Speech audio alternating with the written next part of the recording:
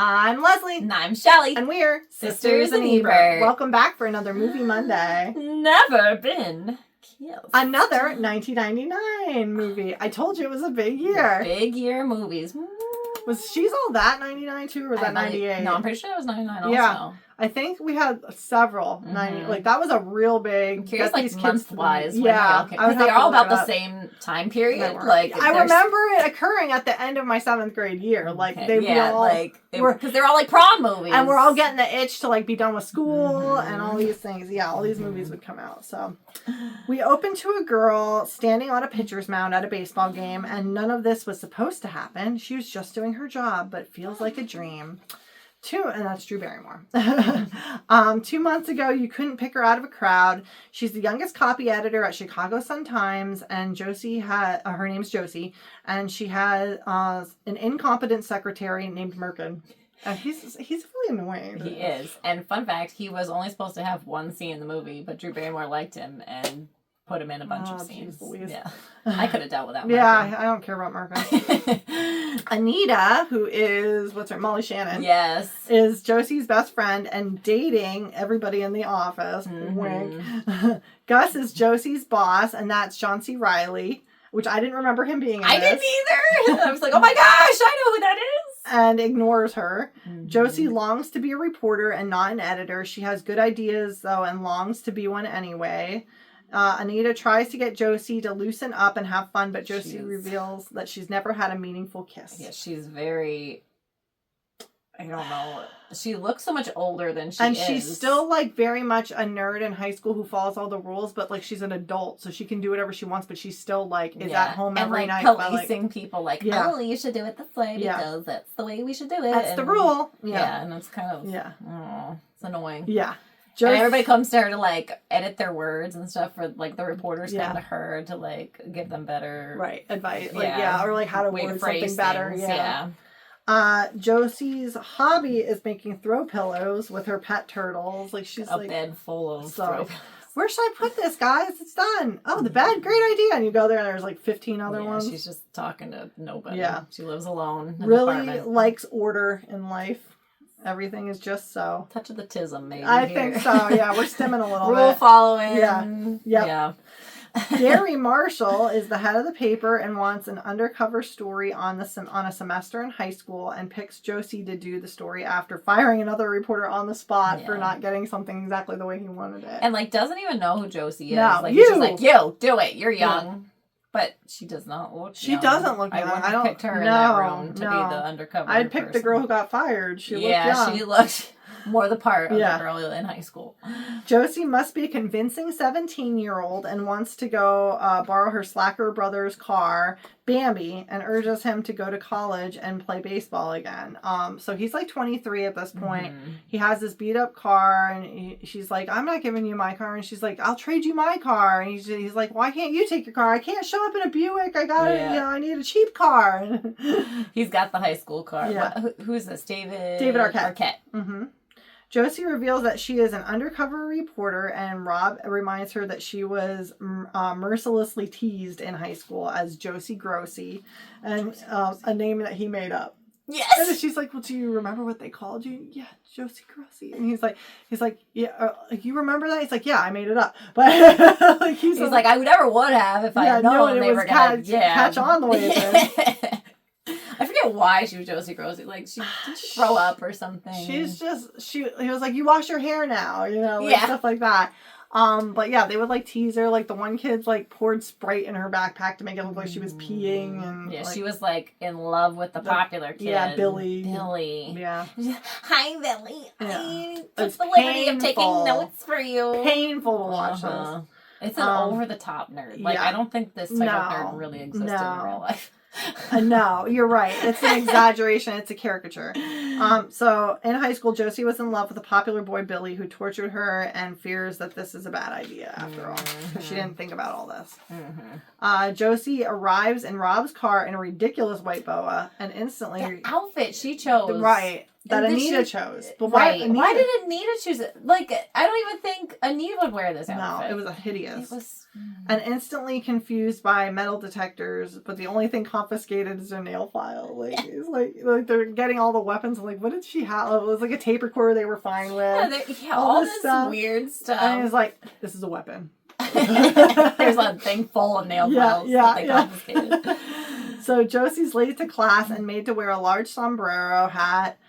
Mistakes current popular boy for Billy, the boy that she liked in school. Yes. I also hate, so like, it's her first day at this school, and the teacher is essentially punishing her for showing up late. It's like, you had to go to guidance, you had to figure out your schedule. Like, this never would have happened this way. They wouldn't have treated her that way. It's like, oh, you're brand new here. Like, next day, maybe you were late, but give her some slack on the first day. Yeah.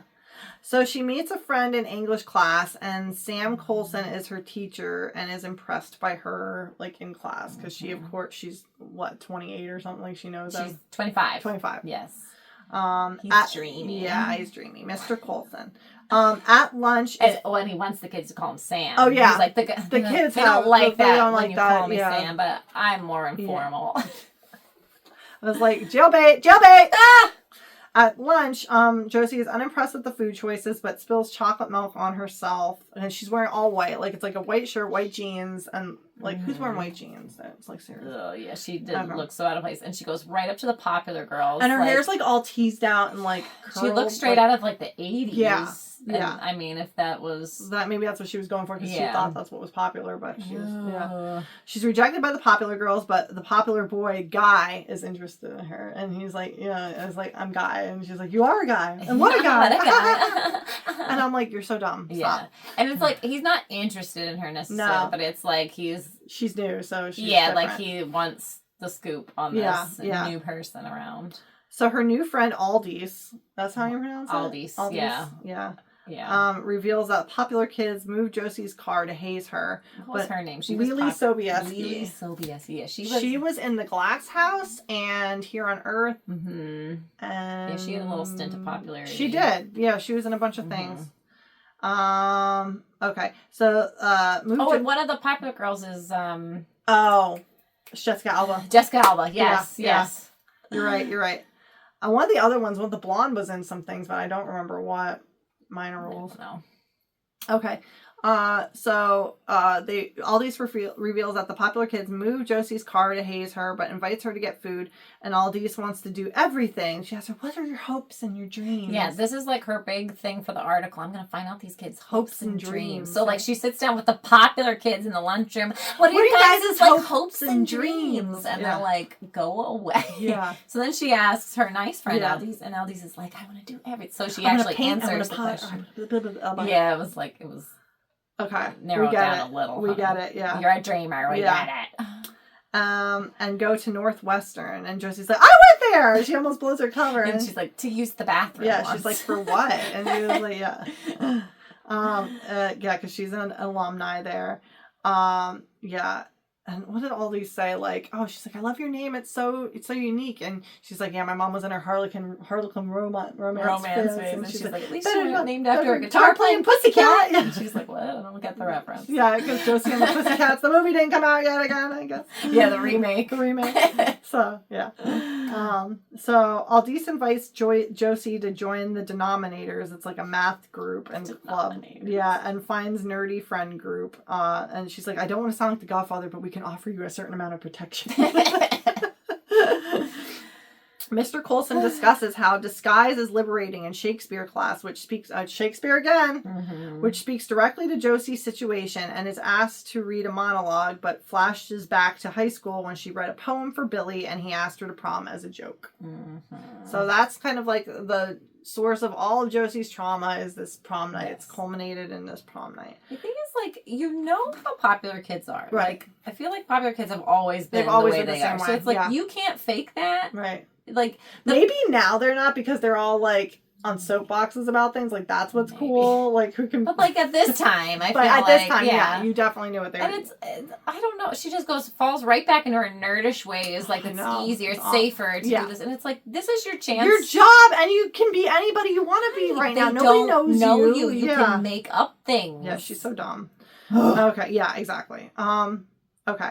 So prom is a very big deal at this current school. Aldis is hassled by popular kids at the cool hangout, the Court, when Josie is with her. And her little sister is along. Yeah, they were like going to get like ice cream or something, and like they pull up next to the Court and like they stop for some reason. If I saw a gaggle of popular kids and I were these kids, I would not stop the car. Yeah, like why are you stopping to gawk at them? Yeah, exactly. So the Court is like an abandoned drive-in that the kids hang out in. And Josie gets scooped on the Court by a rival reporter at another paper somehow. Yeah, I was trying to figure out. Her stories kept getting scooped, and I was like, was there another undercover reporter? There must be, yes. Gus is upset because Josie is not in with the popular kids yet, and Josie explains to Rob how she can't be popular.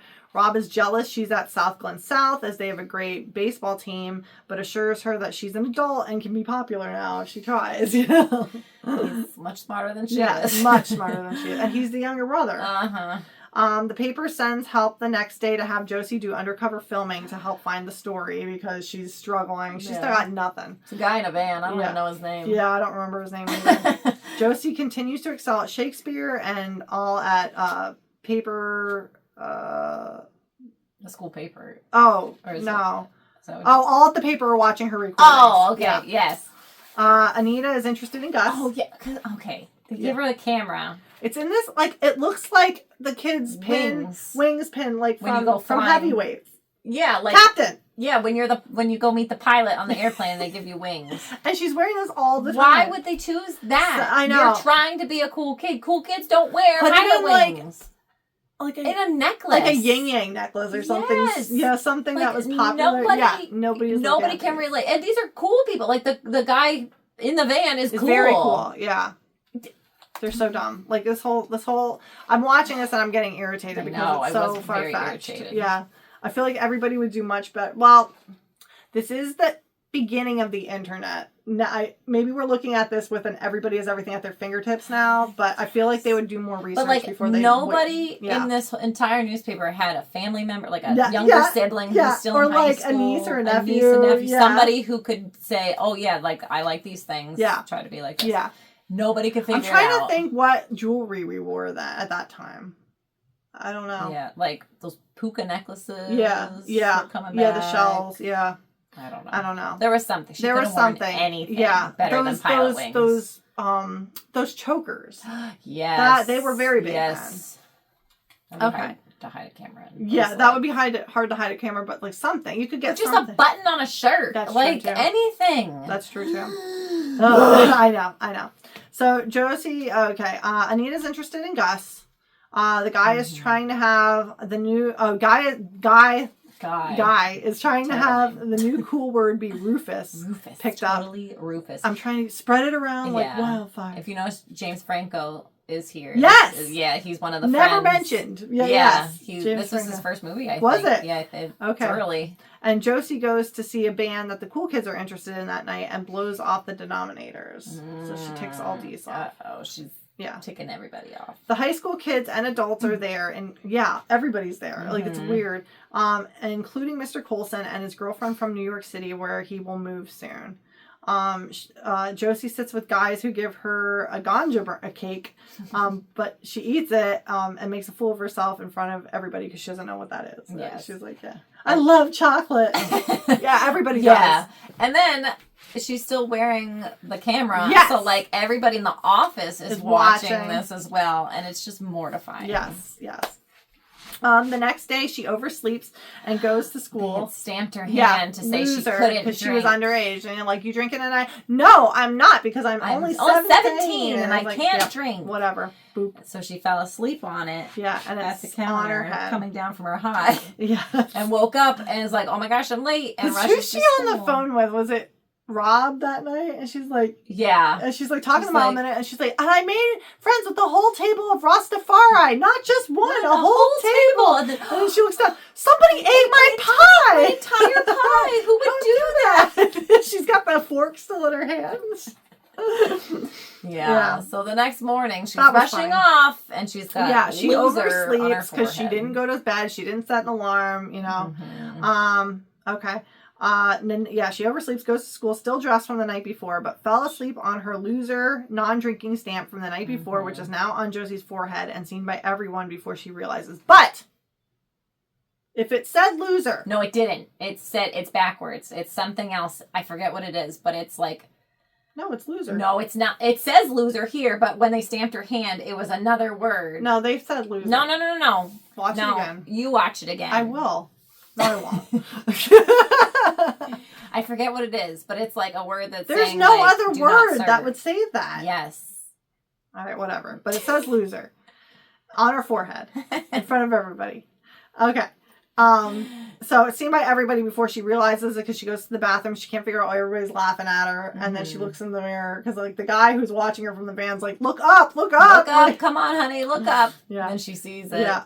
He's like, it's okay. Just wash it off. She's freaking out. So it causes Josie to think about her own prom night when Billy threw eggs at her and humiliated Josie. Like he came to pick her up in a limo. But here he's got this other popular girl with him. He comes out of the sunroof and just chucks eggs right at her. Like hit her in the face with it. It's so that probably awful. hurt really bad too. And then she like rushed off and was so embarrassed. So she tries to run from the school, but runs into a door which Rob opened as he just enrolled with a fake ID to get on the baseball team and also help Josie get in with the cool kids. He's like, I can handle this. Yeah, and she's like, how are you going to get it? He's popular the first day by lunch. She's like, it's not that easy. You're not just going to be popular. And then she walks in the cafeteria. He's eating coleslaw, like this whole big tub of it. And all the popular kids are surrounding him. Yeah. Okay. Aldis is upset that Josie ditched them last night. They all attend the carnival in the next scene to raise money for prom, and Josie rides the Ferris wheel alone, but is joined at the last minute by Mr. Coulson and reveals that she remembers everything he says. And Mr. Coulson discusses his relationship with her. Super inappropriate. Again, it's very another movie with really inappropriate. He's like confiding in her, and it's weird. Like, it's weird stuff. So weird. A Ferris wheel ride is slightly inappropriate. Rob spreads rumors about Josie to get her in with the cool kids and also gets himself on the baseball team. Anita is at the school for some reason and is mistaken for the sex ed speaker. Yeah, she's like, I just came to see you for lunch. Why would you ever? She's undercover. And like, you know her job, the boss's job are on the line with this. Because that's the whole thing. If she doesn't get this story, she and Gus get fired. I don't think I wrote that, but yeah. And it's like, you know this. Yeah. You work there. You're watching the whole thing. So dumb. Okay. So a girl who's 16 is interested in Rob. She's the gymnast. Oh, yeah. The school is in an uproar when their Millennium theme for prom is stolen by East Glen East. East Glen East. South Glen South. They're doing Millennium too. What? They can't have the same theme. Guy believes that Josie will have the answer. Josie will have the answer. That's not a theme. Yeah. I'm aware. Josie. Yeah, he's like Josie. Why does he think her, like, what? Maybe he likes what she says in English class. I don't know. Is he even in that class? He's very, for as popular as he is, though, he's not the same kind of popular. Yeah. Like, it's just an odd thing that he was like, Josie will know. Yeah. It's like, nobody cares about her. Josie, yeah. Like, I know. But, no, at this point, she's starting to get some buzz because of what Rob's saying. True. But it's still a little out of sorts. Okay. So for the new prom, and she suggests made for each other, which everybody accepts. And famous couples throughout history. Yeah. And Josie is now in with the cool kids, but spends a lot of time with Mr. Coulson. Because she came up with this theme. Yeah. So now they're like, okay. She's cool. Yeah, she's fit in. Aldis is upset with Josie's popularity and rejects her. Oh my gosh, like, there goes another lemming. Very good. Guy is crunching on Josie. Do I want to be crunched by Guy? Oh, yeah. But Josie is now told she needs her story in 2 weeks or she and Gus are fired. Ooh. Yeah.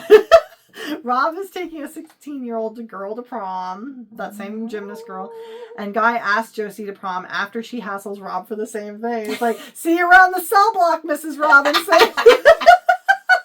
They're like at a party. At their house. At their house. Yeah, at Rob's house. Because Rob lives at home. Their parents, still. Yeah. So Josie's room is still set up the same way. Yeah. Yep. Yeah. And she's trying to like hide the pictures then. Yeah, because Guy takes her into her old room. And he's like, this is the only empty one. Rob's sister's a dork or a nerd or whatever. He was like, I checked, all these rooms are full. And she's like, what? But like, her name is on the door. He already peeked in this room. Yeah. He didn't think it was odd that Rob's sister has the same name. Whatever. Okay. Maybe, after Rob was saying that, like, he and Josie were hooked up in the past, but they're still friends, and I'm like... Maybe Guy had been drinking. I hope so. Otherwise, we got bigger problems. Aldis is hassled by kids selling prom tickets and mocks them. Yeah, they won't sell her a ticket. Yeah. And they want to get her back because she's like, oh, you can make change? Here's the money. Here's the money. I'm taking a ticket. And she gets all sassy. And they're like, oh, we're going to get her back. Yeah. Why you I know. This is so dumb. So Mr. Coulson gets Josie an interview at Dartmouth. And Gus decides that Mr. Coulson is the story and about crossing lines between students and teachers. He's absolutely right. He's definitely right. Yes. This guy is so over the line. It's like not even it's not even close. Next is prom night. Rob is Tom Cruise in Risky Business. And Josie fears the same thing is happening with Guy as he pulls up with Billy. Because he's like poking out of the sunroof. But reveals a lame little rose. Like it's like single rose. But it's like the most effeminate gesture I've ever seen in my life. It really wasn't cool.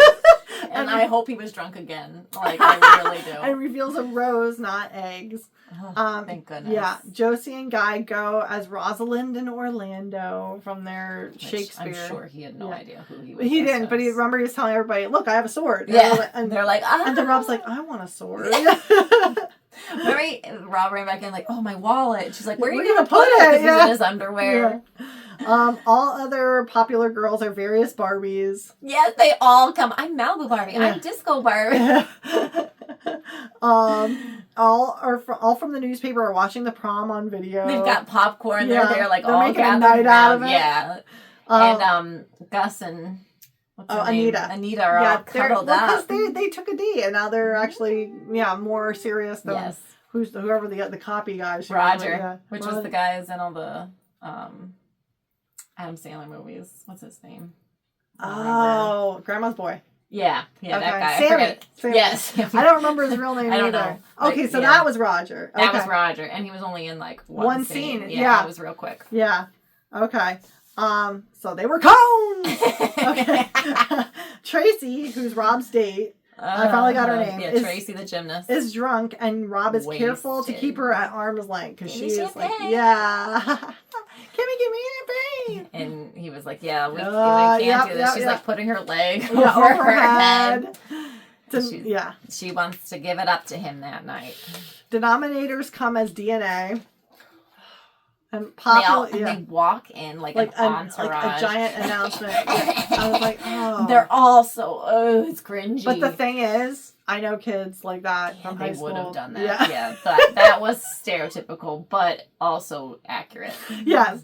And popular kids are disgusted for some reason. Like, they're like, the one thing that could ruin my prom. How dare they show up to this prom? Yeah, like, okay, just maybe don't talk to them. Right. So, like... This thing, like, it's a costume party now, your prom. Like, I would kind of be annoyed, like, you don't get the big, fun, fancy dress. Yeah. Like, that was what prom was. Yeah. All three Barbies are on the prom court. Rob is also on prom court, and Guy is prom king, and Josie is prom queen. Yeah, shocker. Mr. Coulson crowns Josie and eye flirts with her the whole time. Yeah, he looks like, dude. I'm so proud of you. Put it, like, freaking, get some cold water or something. And he has a girlfriend. Yeah, and but he's super predatory in this movie. Like, it's creepy. So Guy gives feelings for Josie. Like, he talks about his feelings for her, but she also keeps him at arm's length during their dance. Which I thought this was really goofy too, because all of these prom movies had like a scripted dance in them. Yeah, it was like everybody stands around. And everybody waited for a beat until the music got where it was supposed to be, and then they just go into it. Yeah, it's like they rehearsed this. Yeah. Mr. Coulson asked Josie to dance, and Guy asked Aldis to dance. Coulson broke up with his girlfriend, and Josie stops the popular kids from dumping dog food on Aldis right before she was going to tell Mr. Coulson the truth about being about an undercover reporter. Yeah, she was just about to tell him slip out because she's pretty much done now. And she pulled off her wings. Yep, which she put on the prom dress. But yes, that's Rosalind. So the whole office is like, no, because she cut the feed. Yeah, she cut the feed, yeah. Which I feel like wouldn't really happen because how are they getting audio? It's not coming through that little pen. No, she had a pack. Remember?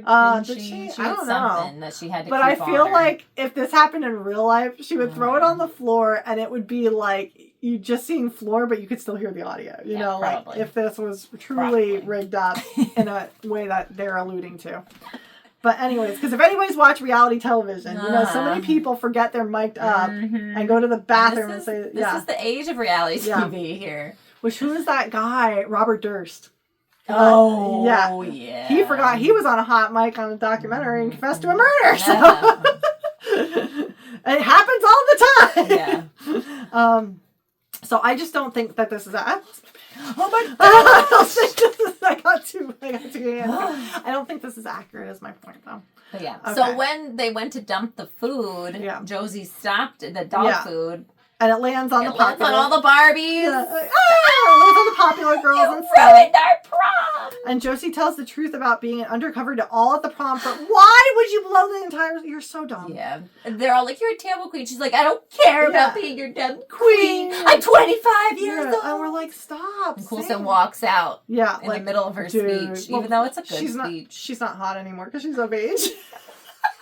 He only liked her when she was 17. But it's like, I feel like he would stick around to see what she was jabbering about. Like, even if he's mad at her, he'd be like, "Oh my gosh, we're getting a lot of information right now." Yeah, like, what is this? You don't just leave. And defends Aldis and outs Rob's cover too. Because, like, she throws everybody like because my brother enrolled. Even though she's undercover, though, wouldn't somebody at the school have to be, like, in on this? Like, the principal or something? How did you enroll? What did you put down? Right. Where did you come from? I feel like they'd have to get the permission. There's, like parents. Yeah. Yes. And, like, so I'm feeling that if this had happened in real life, the teachers would know, they wouldn't necessarily know who it was, but they would know somebody in the school. Or, like, just administration would know. Somebody would know. I could see not telling all the staff. Because you want it to be accurate. Yeah. Yes. But, I get that, too. But you also don't want your teachers to be part of the story. There's so many holes in this. There's a lot of holes. And it's flower film, so Drew Barrymore was behind the this was her first one. Mm-hmm. I mean, it's still, like, a nostalgic movie, but there's just a lot of holes in it. Okay. Josie storms out, and Rob also leaves as his cover's blown. He's not cool anymore. Yeah. A guy from the paper is upset that Josie didn't get anything on Coulson. Oh, it's Gus. I put guy, but it's Gus is upset that Josie didn't get anything on Coulson, an earshot of him. Oh, no. It was Gus, who was angry that she set him up for a story. But she didn't. The rival paper scooped it and put her as their story, like undercover reporter gets outed at prom, and it's like, who was there? Who was this other reporter? Yes, exactly. Unless some kid's running home and tell, but the first time at the court, I don't. Yeah. Okay. Josie is heartbroken as she really liked him, and he can no longer look at her the same way because she's not 17. Rob is also devastated. He claims it's because she lied, but Rob is also devastated that he can no longer play in baseball championship in front of college scouts that were supposed to be there. But, like, dude. And also, this probably would have disqualified his whole team. Right! And it would have disqualified, like, if, say he got picked up from a school. He could have screwed generations to come of people. Because he just made a fake ID at the Tiki Hut where he was working. Yes. Like, a printing place. Yeah. Like, it's, there's no way this would go. Like, they're all so dumb in this movie. Okay. So, an undercover story is scooped by the other paper, and now Gus is upset as both he and Josie are set to be fired. Josie swears that she will have a story. You will have a story. A great story. And reports in the story that she is 25 and never really kissed a boy. The story is printed as Mr. Coulson prepares to move. This is all like a montage over like her reading this story. And it is nicely written. It is nicely written. Well, it is like she's freaking... Yeah.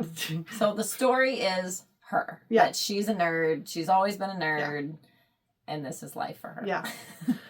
Josie apologizes to Sam in the article and confesses her love for him as he near misses the article packing moving boxes. Yeah, so he's using the newspaper to like roll up to wrap things to move. And then, like, he's about to grab her story, and you don't actually see him read it because the doorbell rings, and he goes to answer it. So, like, we don't know if we saw it or not. Yeah, and she's, like, such a perfectionist. This is a very good story because, you know, she's so articulate and blah, blah, blah, blah, blah. So, in the article, Josie writes that she will stand on the pitcher's mound at the championship game at Southland South for 5 minutes prior to the first pitch and asks Sam to come kiss her for her first real kiss if he accepts the apology. So, she doesn't name him, but she says, this person, you know who you are. Yes. I'm sorry that I hurt you. Come, please kiss me on this mound. Give me my first real kiss. Yeah. And she was able to do this because she went to the coach. The coach and was like, I can guarantee you'll have press coverage at your game. And he's like, you can have anything you want. Because they never get press coverage. Yes. Which, how did they get to the final, like, to this the is state championship and never get there's covered? Not going to be press? I'm like, any sports writer in the area is going to come for any local paper. Like, this is silly. Yeah. Silly, silly, silly. But Drew Barrymore is not familiar with sports. You can tell. She's not. She is not a lot. The coach agreed due to news coverage for the game and smacks her on the fanny and sends her out on the field. It's like, he's like, get him, Joe. Like, get him. Go get him, kid. What's her last name in this movie? Geller. Yeah, because it's like a Friends reference. Oh, is it? Yeah, because... Is it supposed to be? Yeah, because David Arquette and Courtney Cox were married. Oh, yeah, they were married during this. Courtney Cox's character's last name is Geller. Yeah. Okay. Okay. More people and news crews arrive than expected. This game is packed. It's like completely sold out. Everybody's coming to see her. Too. Yeah. The head of the paper is very happy with the turnout for the publicity. All these readers in one place. It's a dying industry. Even then, it was a dying industry. Okay. So the time is down to the last 19 seconds on the scoreboard for her 5-minute pre-pitch waiting. Yes. And they're like, we need to get this game going. Still no here. Sam. Yeah. Everybody's counting down 10! Yeah. All excited. Like, and it's like, he's not here yet. Like, why are we like excited? 10, 9, 8. Like, the panic should be like... Yes! But no, everybody's like, it's like the New Year's Eve ball is dropping. The clock runs to 0, and he doesn't show, and you hear, like... What did you think was going to happen? And then she's just standing there. She's got tears in her eyes. Drops the microphone. Yeah. Sam finally runs down the bleachers to the pitcher's mound and Josie and to Josie to "Don't Worry Baby" by the Beach Boys. As the crowd celebrates, he apologizes for being late. Anita and Gus are also together now. The boys take the field for the game, and Rob is revealed to somehow be assistant coach for the team. Because as Sam, that was one of Josie's requirements. Was one of her requirements. Okay. Yes, to get the press there. Okay, as Sam and Josie kiss again and screen fades to black. Because I was like, how is he allowed anywhere near this? First of all, how were they not disqualified the entire, from the game? Because he played the entire time to get them in the championship. Yep. They should have been disqualified from the championship. Yeah. There's a lot and of he problems. Should not be the coach. No. Okay, the end with credits, including school pictures of cast and crew. Yes, I always like when they do that. I do too. Yeah, but I was just like, dude. It was a little this movie, I was like, holy moly. There was more holes than I recalled. Yeah. It made sense in 1999, and now looking back, it's like... Yeah. Do we have any fun facts? I know that smooch at the end... Mr. Coulson? I know that one, too. They, she really laid it on him. Drew Barrymore kissed him good, their first take. And he got a little excited about it. And he yelled, "Cut!" Because he knew that his trousers were going to reveal something. He said they were very loose trousers. Yes, and they were about to get pretty darn tight. So he called cut over and then just leaned over until things calmed down a bit. And then they did another take, maybe a little less passionately. Yeah. He was on her show a year or two ago. Remember that? Her talk show. Yeah, she has that. I don't remember. Where she she has to lean. She leans. She has to get down below them first. She has to be on her knees. She wants people to feel loved. I forget who played her. Oh, Kate Hudson on Saturday Night Live when she was on the Screen Actors Guild, and they were joking that she was playing Drew Barrymore in the Screen Actors Guild, and she said, "I just flowers." I forget what it was, but she was spot on. It was. I do love Drew Barrymore. But I do too. Yeah, she is very wholesome and nice and sweet. And this was a good part for her. I also feel like they didn't glamour up enough as the movie went on. No. Like, towards the end, I don't even think she was that, like, transformed. No, and, like, I felt like they said, like, her hair was really long in the beginning, and then they chopped it for her to go into school, but, like, they made her look like an old lady. Yeah. Like, they aged her with that haircut. Yeah. It was not a popular haircut what they sent her into school with. So I feel like they kind of doomed her from the start. Yeah. And then, like, as the movie goes on, they're making her look like one of the populars, but she still doesn't look like one of the popular girls. But she was influencing them, too. Like, she was like, I was just checking out this cardigan. Yeah, so then they're all wearing a cardigan in different forms. Yeah. Yeah. So, like, yeah. Okay, yeah. It's a discussion on high school and how nothing changes with that, but, like, yes. oh my, this movie. Oh my. Yeah. Any other fun? I don't think so. There's a lot of people in this movie that I didn't remember being in this movie. Yeah. And yeah, it was good. The whole time I'm watching Jessica Alba, I was like, who is that? I can't place who it is. It's Jessica Alba. It's Jessica Alba. Honest. Honest kids. You want some apple juice? Yeah.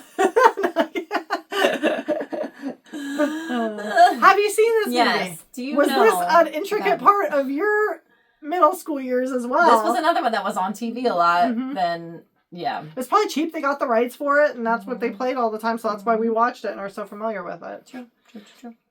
But I did really like it. I still feel fondness for it. I still enjoy it. Yeah, it's just not. Yeah. If you were going in with high expectations for this the first time you're seeing it, I feel like this is a fluff piece. You need to have nostalgia in your heart with this. Yes, exactly. It was a certain time of a certain place, and that's it. It is what it is. But if you look in the description below, you will see links to our social media. We're on Facebook and Instagram at Sisters and Ebert. Please like, follow, subscribe, interact with us online. We'd love to grow this channel. Hi. If you're obviously watching this movie here on YouTube, click the little bell. It'll let you know when we subscribe. We'll let you know every time we have new content come out. And we'd love to be able to interact with you here too and get this train chugging up the We're kind of doing a prom series here. Yeah. You know, if you like these sorts of movies, you're in for a treat here. Yep, we got a couple more in the barrel coming down. So, and you're thinking, what more prom movies? What could there be? There's a ton of prom movies out there. Not Carrie yet. Google 1999 prom. But we thank you for joining us this week, and we'll see you next week at the movies.